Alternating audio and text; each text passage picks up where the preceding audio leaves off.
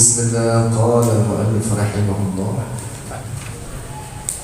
Adapun baris kelima, adapun manfaatnya,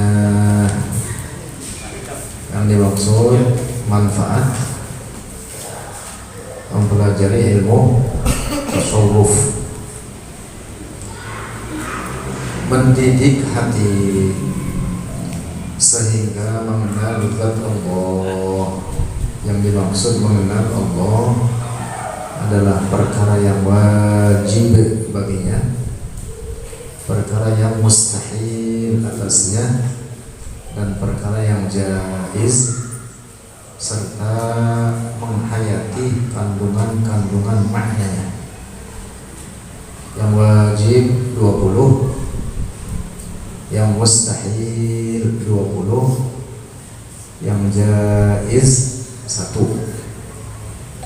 Yang wajib yaitu wujud, qidam, baqa, mukhalafatun lil hawadits, dan seterusnya. Lalu yang mustahil adalah kebalikan daripadanya, dan yang jaiz yaitu 1, yaitu fi'lu kulli mumkinin atau tarkuhu, mengerjakan perkara mungkin akli atau meninggalkannya. Itu yang dimaksud ma'rifatullah, mengenal Allah. Hanya kesananya sejauh mana setiap orang dari kita mendalami dan merasapi kandungan daripada makna-makna sifat Allah tersebut. Itulah yang membedakan.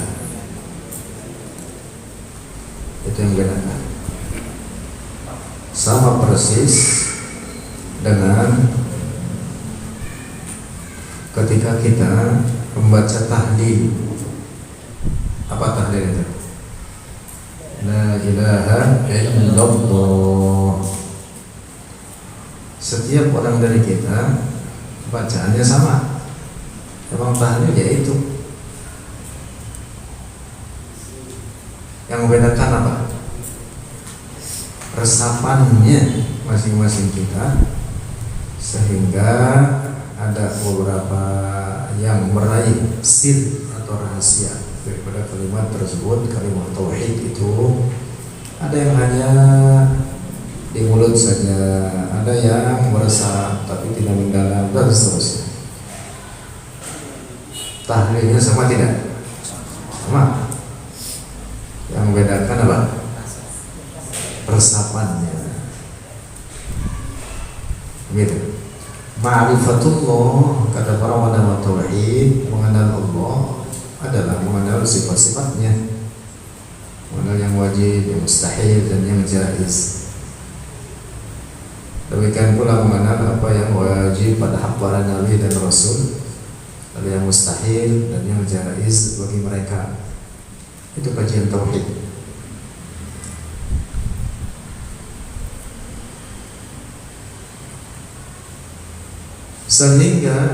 Sehingga berbuah kelapangan dada. Setelah mempelajari tasawuf, buahnya itu berbuah kelapangan dada dan bersih hati dan berbudi pekerti yang luhur menghadapi semua makhluk. Baik akhlak kepada Allah dan baik akhlak kepada sama manusia. Itu tujuan utama daripada mempelajari ilmu tasawuf. Lanjut. Abul Hasan Asy-Syadzili, Al-Imam Abul Hasan Asy-Syadzili, ulama besar, pemimpin atau perintis tasawuf atau tarekat Asy-Syadziliyah. Tarekat kan banyak. Salah satunya adalah tarekat Syadziliyah. Itu disandarkan kepada beliau ini, Al-Imam Abul Hasan Asy-Syadzili.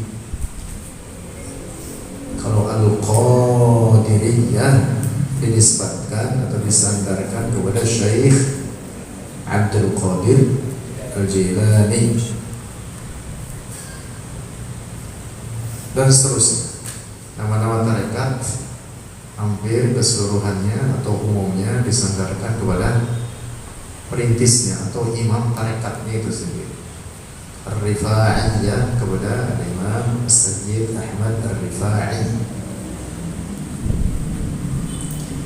Al-Imam Abu Hasan Asy-Syadzili radhiyallahu anhu berkata, perjalanan kami dimaksud menuju derajat yang tinggi dan kemuliaan bagi Allah Subhanahu wa taala, sehingga menjadi para ulama menjadi ahbabullah, para kekasih Allah, terdiri di atas 5. 1. Takwa pada Allah zahir batin, dalam pribadi sendiri atau di muka umum. Yang dimaksud dalam kesendirian atau di hadapan orang banyak, sama, seimbang takwaan dia kepada Allah. Bukan dia menampakkan kesalahan di hadapan orang banyak doang, lantas kalau dia menyendiri dia berbuat maksiat, umpet-umpet misalkan, itu berarti batinnya tidak bertakwa, zahirnya doang bertakwa. Nah, tetapi yang hak, yang benar itu zahir batin.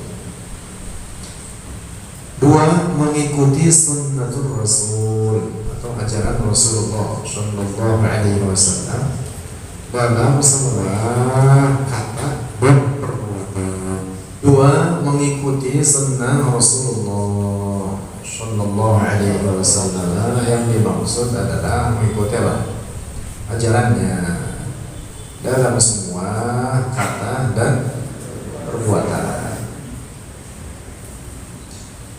Ini ingat-ingat ini. Sehingga kalau kita mendapati ada orang mengaku bertarekat, tetapi begitu dia melanggar ajaran Rasulullah dengan meninggalkan kewajiban atau mengerjakan barang yang haram, jangan diikuti. Tarekatnya berarti kebelingan. Gitu. Al-Imam Al-Junaid Al-Baghdadi sebagaimana Al-Imam Abu Hasan Asy-Syadzili, dan Imam Junaid itu pimpinan para ahli tarekat jauh sebelum Imam Abu Hasan Asy-Syadzili mengatakan ilmuna hadza muqayyadun bil kitab was sunnah. Ilmu kita ini yang dimaksud dalam bertarekat itu terikat dengan Al-Quran dan Sunnah dan ajaran-ajaran Rasulullah. Begitu. Dan semua jalan menuju kemuliaan, menuju tingkatan untuk meraih kecintaan dari Allah dan ridhonya, itu tertutup kecuali orang yang mengikuti ajaran Rasulullah.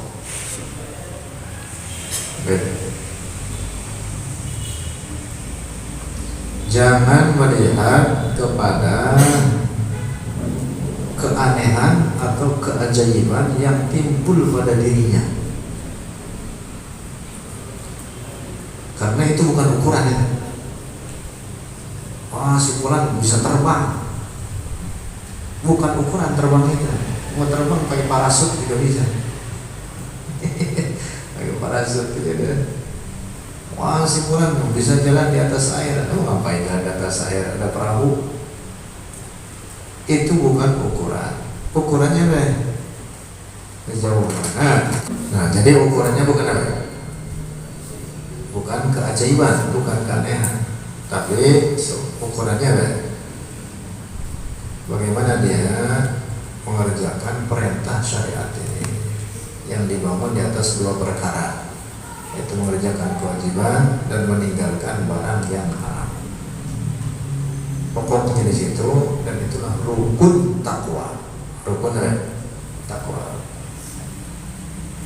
Jadi jangan melihat anehnya. Kalau melihat anehnya ya Joko Widodo duluan.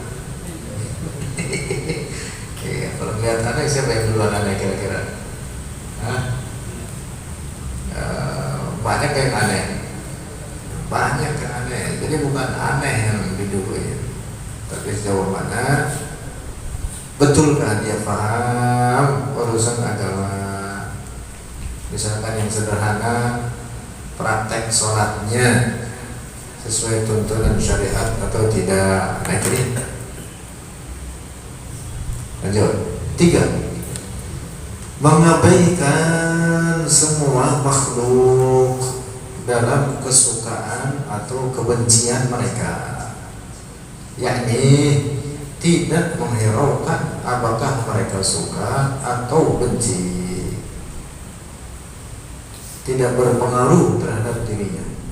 Nah ini dia asas atau pokok ajaran tasawuf. Sama bagi dirinya antara pujian orang dan atau kebencian orang terhadap dirinya. Sama bagi dia antara emas dan tanah. Sama bagi dia antara orang yang menyenanginya dan atau orang yang memusuhinya. Artinya tidak berpengaruh terhadap dirinya oleh perkara-perkara yang terkait dengan dunia. 4, rela atau ridho menurut hukum Allah, ringan atau berat. Hukum Allah yang dimaksud ketentuannya. Bihukmillahi biqada'illahi wa qadarihi. Apa yang menimpa daripada kesusahan berat sekalipun atau ringan tidak berpengaruh terhadap dirinya. Nah, gitu. Itu diantara nih asas atau pokok ajaran tersebut.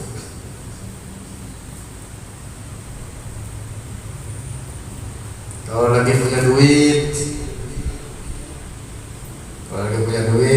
lupa deh. Kalau kagak punya duit lebih susah, wah rajin ke masjidnya. Itu orang bukan siapa itu, bukan kita. Itu orang bukan kita. Iya, kalau lagi dapat susah, wah ibadah betul. Ada kerjain yang sunah-sunah, ada kerjain, ada bikin diwiridin sekalian dah, supaya susahnya hilang. Itu susah hilang, dapat kesenangan, apa? Lupa yang kerjain yang wajib aja, yang wajib juga bolong-bolong akhirnya, atau berantakan dikerjain ini semuanya. Nah berarti belum sampai itu, belum ngerjain apa yang dimaksud daripada ajaran tasawuf yang disebutkan oleh Imam Abdul Hasan Asy-Syadzili. 5, kembali kepada Allah dalam suka dan duka, sehingga tidak bersandar dia kepada makhluk Allah. Beda sama kita. Itu kalau lagi susah nyari teman yang bisa nolongin, begitu. Nah, para ahli tasawuf suka dan duka, apa yang mereka dapati, mereka hanya bersandar berserah kepada Allah Subhanahu wa ta'ala dalam suka dan duka.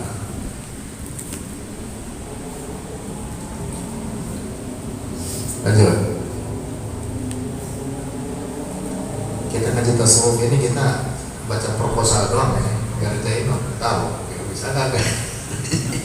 Ini juga kalau didetailin, kan main deh, kan main. Coba ini dari yang 5 tadi yang disebutkan oleh Imam Abdul Hasan Asy-Syadzili rahimahullah. Kira-kira ada ke barang satu itu kita istiqomah kita kerjain, ada nggak? Hah? Yang mana? Hah? Di waktu. Itu itu kewajiban doang satu. Beres. Itu juga tahu benar tahu kagak. Rajin doang. Satu takwa. Emang kita takwa apa udah nih? Takwa aja takwa itu takwa. Definisi mah gampang.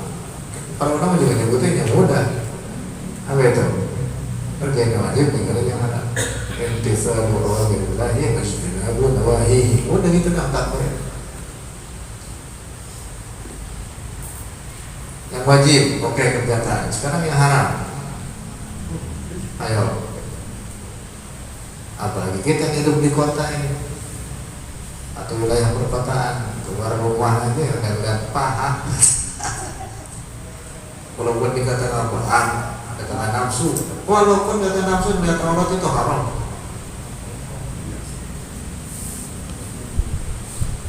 Kalau ada orang hidup di perkotaan baru dikatakan sebagai orang bertakwa harus pertanyakan. Tidak dipertanyakan. Takwa dari mana?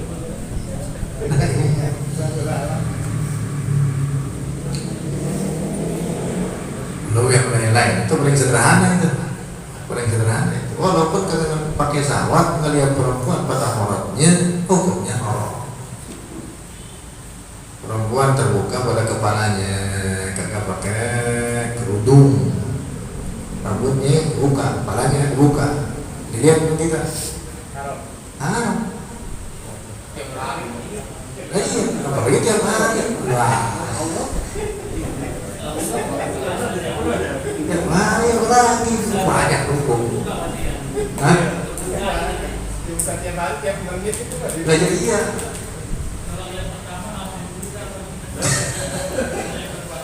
Lihat pertama itu yang dimaksud dalam hadis Rasulullah kepada Sayyidina Ali berkata, ini hadisnya. Kata Rasulullah, ya Ali, la tutbi'in nazratan nazrah fa inna lakal ula wa 'alaika tsaniyah.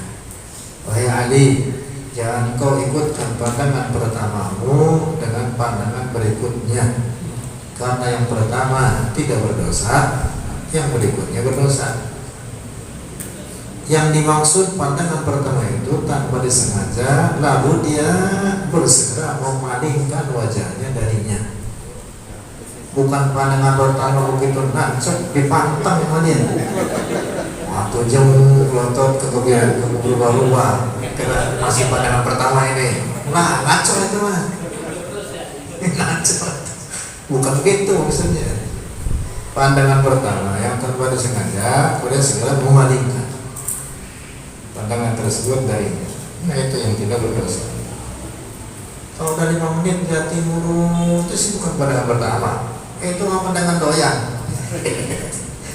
Pandangan doyan itu dan itu haram. Kalau ada teman kerja perempuan hidupnya di depan kita, dia pada dia. Oh, ya, makanya jangan ngaku ahli tasawuf udah. Kalau belajar hikam, kerjaannya begitu ya, gimana sih? Tak sanggup. Makanya saya bilang ini kita nggak tasawuf, baca proposal doang. Kerjainnya mau nggak tahu gimana dah. Bukan tasawuf, ini. tak sanggup ya.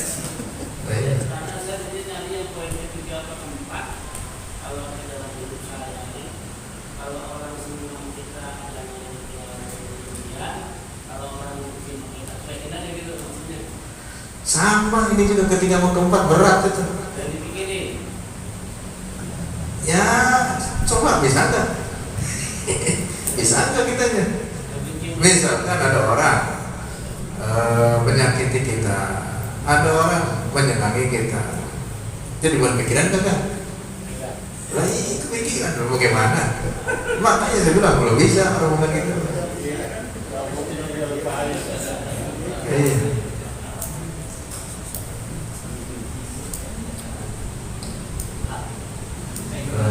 Yastawi lahu bainal zahabi wal madar. Beberapa ungkapan para ahli tasawuf itu mengungkapkan gitu. Jadi sama aja bagi dia keadaan apapun dari pandangan orang terhadap dirinya, yang membenci atau yang memuji, Sama seperti memandang sesuatu yang berharga bagi kita pada umumnya di dunia ini, seperti emas misalnya, dengan tanah, baina dzahab wal madan. Ada beberapa kisah menyebutkan tentang Imam Abdul Hasan Asy-Syadzili sendiri. Beliau itu orang kaya, tetapi sedikit pun tidak terikat hatinya terhadap apa yang dimilikinya daripada dunia itu. Seingat saya dikisahkan dalam kitab Al-Lum'ah karya bukan Al-Lum'ah, di beberapa kitab. Karena Al-Lum'ah ini as-Sarraj dia sebelum Imam Abdul Hasan Asy-Syadzili, tapi yang setelah beliau masa hidupnya. Saya dalam kitab Tabaqatu Al-Kubra karya Syekh Abdul Wahab Asy-Sy'arani sebutkan beliau seorang yang kaya, atau di kitab lain saya lupa ya, seorang yang kaya. Syekh Abdul Wahab Asy-Sy'arani setelah Imam Abdul Hasan Asy-Syadzili. Imam Abdul Hasan Asy-Syadzili ini hidupnya di sekitar abad 6 atau 5 Hijriah. Syekh Abdul Wahab Asy-Sy'arani hidup abad 9 Hijriah. Beliau menulis kitab dengan Tabaqatul Kubra, kitab berisi biografi para ahli tasawuf. Jadi dikisahkan Imam Abdul Hasan Asy-Syadzili ini seorang yang kaya, bahkan disebutkan punya sendal atau semacam trompet itu ya sendal dari permata. Lebih mahal daripada emas. Satu waktu ada yang minta, dikasih aja, ambil duit. Kita bisa begitu. Jangan kata permata emas 1.000 aja, atau masih pengemis 2.000, masih ngedumel, lagi. Dalam hatinya walaupun gak ngomong kayak mulut, dia mulu dia yang hari pengemis tiap hari.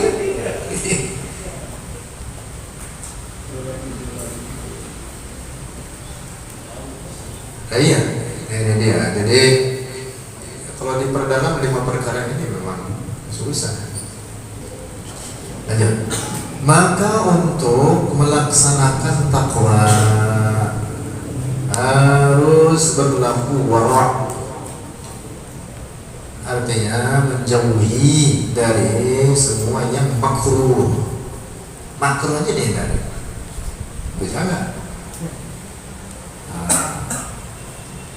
Atau yang syubhat dan haram, apalagi yang haram. Yang syubhat itu kalau bahasa kita kagak jelas, kagak jelas. Apalagi yang haram. Dan tetap istiqomah di dalam mentaati semua perintah, yakni tetap tabah, tidak berubah. Tuh, itu dia pondasinya untuk mengerjakan 5 pokok itu tadi. Berangkat dari sini. Jadi jangan kata yang haram dan yang syubhat, yang makruh aja dihindari. Itu dia. Itu yang dekor, itu yang petek. Itu makruh itu. Belum lagi ngerokok. Udah makan petek, baru ganti merokok, ganti baunya bawa rokok.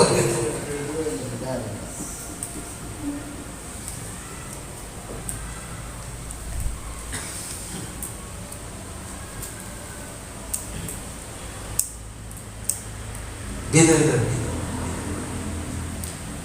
Coba kalau kita perhatiin kerjaan kita sehari-hari, itu tadi yang makruh mah dikata masih makruh nggak apa-apa. Atau yang katakan syubhat, misalkan cuman kita aja kagak pernah hitung syubhat, sebenarnya syubhat juga, atau bahkan bisa jadi haram, yaitu apa ya? Pada makan goreng yang di pinggir-pinggir jalan. Pernah nggak mikir itu ayam bener, ayam dipotongnya masih hidup? Hah? Pernah mikir nggak? Orang warok itu yang menghindari barang-barang, berhati-hati sehingga dia betul-betul menghindari barang-barang jangan kata yang haram, yang syubhat atau bahkan yang makruh aja dihindari. Itu ayam kita kagak pernah merhatiin itu ayam bener nggak dipotong. Coba itu orang yang gorengnya itu atau yang tukang ayam, saya sering nyaksiin naik motor atau pernah beberapa kali persis di belakang orang bawa ayam numpuk di bawahnya. Naik motor, dia naik motor tumpukin di itu ayam di motor ini. Ayam sayur yang bakal jadi brengsek kan itu. Yang dekat sama kenal kuat mati kan. Ayam sayur sih. Ayam sayur mah kena petasan aja dia pingsan. Kaget ayam sayur. Apalagi itu kena dekat kenal pot itu. Orang saya kadang ngeliat dari mulut keluar darah. Apalagi jelas-jelas masuk dari motor. Itu sampai ke rumahnya itu tukang dagang ayam itu atau dagang ayam potongan. Mati 1, 2, 3 gitu. Dibuang apa bagaimana? Ini tante doang lehernya mati. Lah ya iya, rugi dia kalau dibuang aja rugi dia. Dia nggak dagang, tandeng aja lehernya. Jangan kata ditandeng juga orang beli brengsek pernah merhatiin lehernya dipotong. Pernah nggak? Kagak pernah. Mana ada orang periksa leher ayam malah potong kagak? Nggak ada. Nah, bagaimana mau warung?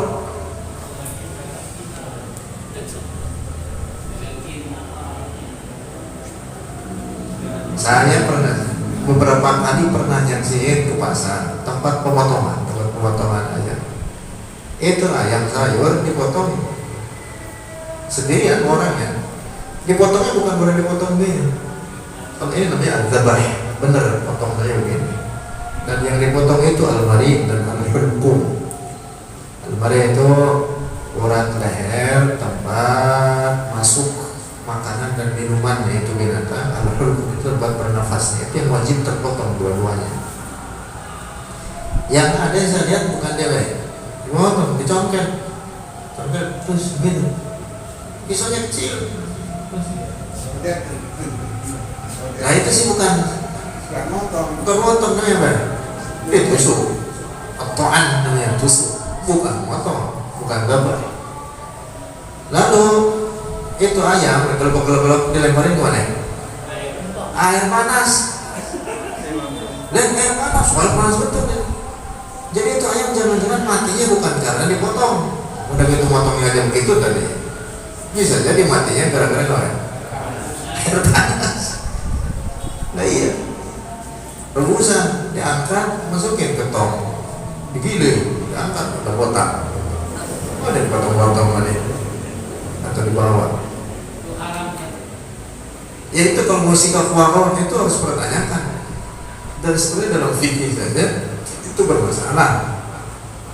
Karena binatang itu yang halal dengan praktek memotong sesuai tuntunan syara, pertama potongnya benar. Yang dipotongnya itu tadi almari wal hulqum betul dipotong. Ini bukan hanya sapi, kambing, doang binatang besar, ayam juga sama. Lalu dia didiamkan sehingga ruhnya keluar. Jangan sampai dia matinya gara-gara sesuatu yang lain. Karena ada keharusan binatang itu menjadi halal bahwa dia dipotong, ada istiqrarul hayat padanya atau hayat mustaqirrah. Apa hayat mustaqirrah itu? Artinya hidupnya normal.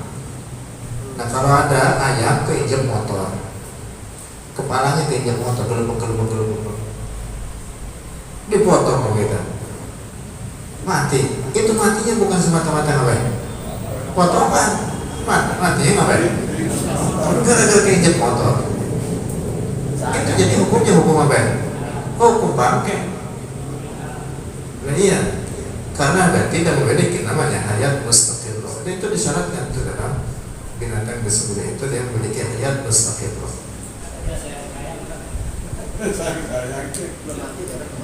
Nah itu yang sederhana nih. Jadi keseharian kita pada doyan ayam kan nggak pernah mikir itu ayam bener kalau kata. Nah, iya, jawabin ke anak lagi. Yang penting anak mau makan udah senang banget mamanya, mau bapaknya. Kagak pernah mikir bapaknya. Ini ayam benar kan dipotong. Belum lagi bakso. Pernah mikir nggak tuh bakso? Dagingnya daging apaan? Padahal buktinya udah nyata. Itu berapa dia banyak kasus gitu, berapa kasus dan itu berjalan bertahun-tahun. Saya yang dikirim dari mana? Dari Lampung, kirim ke Jakarta. Kita mana bisa bedain? Udah jadi bakso, ini daging celeng, daging kambing. Orang belum lama kita dibuka itu biji bakso, tahu-tahu dalamnya masih ada kaki tikus. Ya gimana? Masalah subhat Ustaz, selain daripada makanan apalagi? Selain dari kebanyakan kan makanan. Makanan yang kita makan atau selain dari makanan. ya, atau usaha untuk meraih makanan yang kita makan, termasuk usaha kita. Itu juga di dalamnya ada banyak barang-barang syubhat. Apalagi zaman kita sekarang riba itu udah nyebar. Orang taunya hukum riba haram, tapi banyak yang tidak tahu apa dan bagaimana itu riba. Taunya haramnya haram, gitu aja. Padahal dia nggak tahu bentuk riba atau macam-macam riba. Ada riba al-qarad, riba nasiyah, riba liat, riba al-fadl. Paling ada 4 itu sebutkan. Kepada tahu orang itu apa riba al-fadl, apa riba nasiyah, apa riba al-qarad. Banyak nggak tahu. Taunya riba haram. Aja padahal ya. Bisa jadi dia bergelut atau makan daripada harta riba itu sendiri. Jadi dalam kerjaan juga ada perkara-perkara yang menjadikan syubhat, bukan hanya pada makanan aja. Kerjaan kita untuk meraih rezeki, untuk meraih makanan, ya pokoknya untuk meraih penghasilan.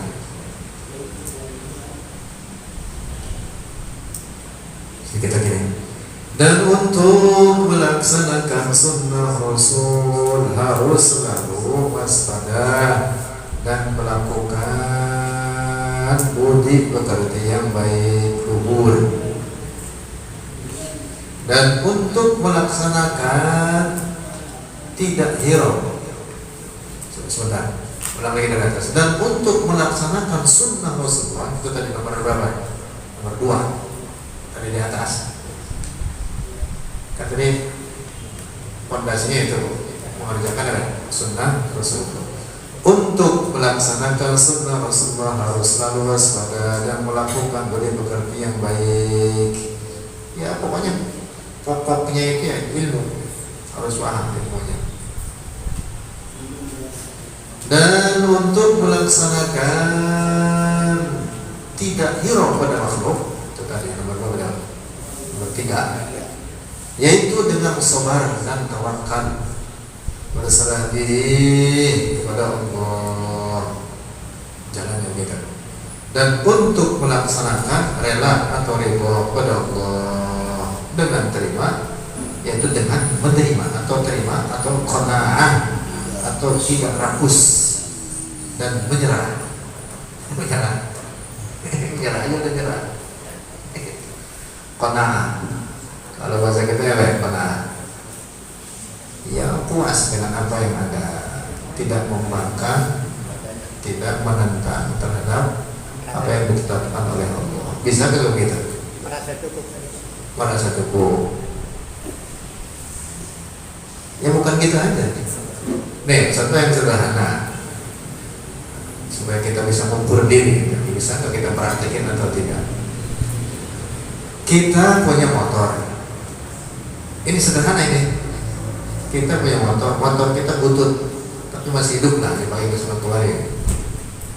Tetangga kita juga punya motor sama dengan kita. Bulan berikutnya tetangga beli motor baru. Kesinian kagak? Kesinian kagak? Kesinian kagak? Paling kagak dalam hati kita, tetangga punya motor baru. Nggak bisa berarti udah. Ya bukan berarti itu dosa, bukan. Namanya pengen mah nggak apa-apa. Tapi adanya kesirian itu berarti ngapain? Kita belum bisa mempraktekkan rela betul-betul ikhlas dengan apa yang dikaruniakan oleh Allah bagi diri kita. Tuh, bisa nggak ya? Apalagi kalau tetangga punya mobil, tiba-tiba dia punya mobilnya baru, cakep, kita gak pernah punya mobil. Waduh, sirian kagak ya? Sirian. Udah gitu tetangga jarang-jarang ke masjid, sementara kita rajin ke masjid. Wah, makin ngedukul itu akhirnya. Kita rajin sholat, tapi begini aja. Wah, rusak gimana gitu ya. Iya, gak bisa tuh praktekin. Lanjut. Dan untuk melaksanakan kembali kepada Allah, itu nomor 5 itu tadi. Dalam suka duka, yaitu dengan bersyukur dan suka berlindung kepadanya di dalam duka. Bersyukur dan tawakal kepada Allah. Ini nomor 5 itu. Kembali kepada Allah, bersyukur dengan apa yang ada dan berserah diri kepada Allah Subhanahu wa taala. Dan semua ini berpaku pada 5. Allahu a'lam bishawab. Pakunya ada di mana?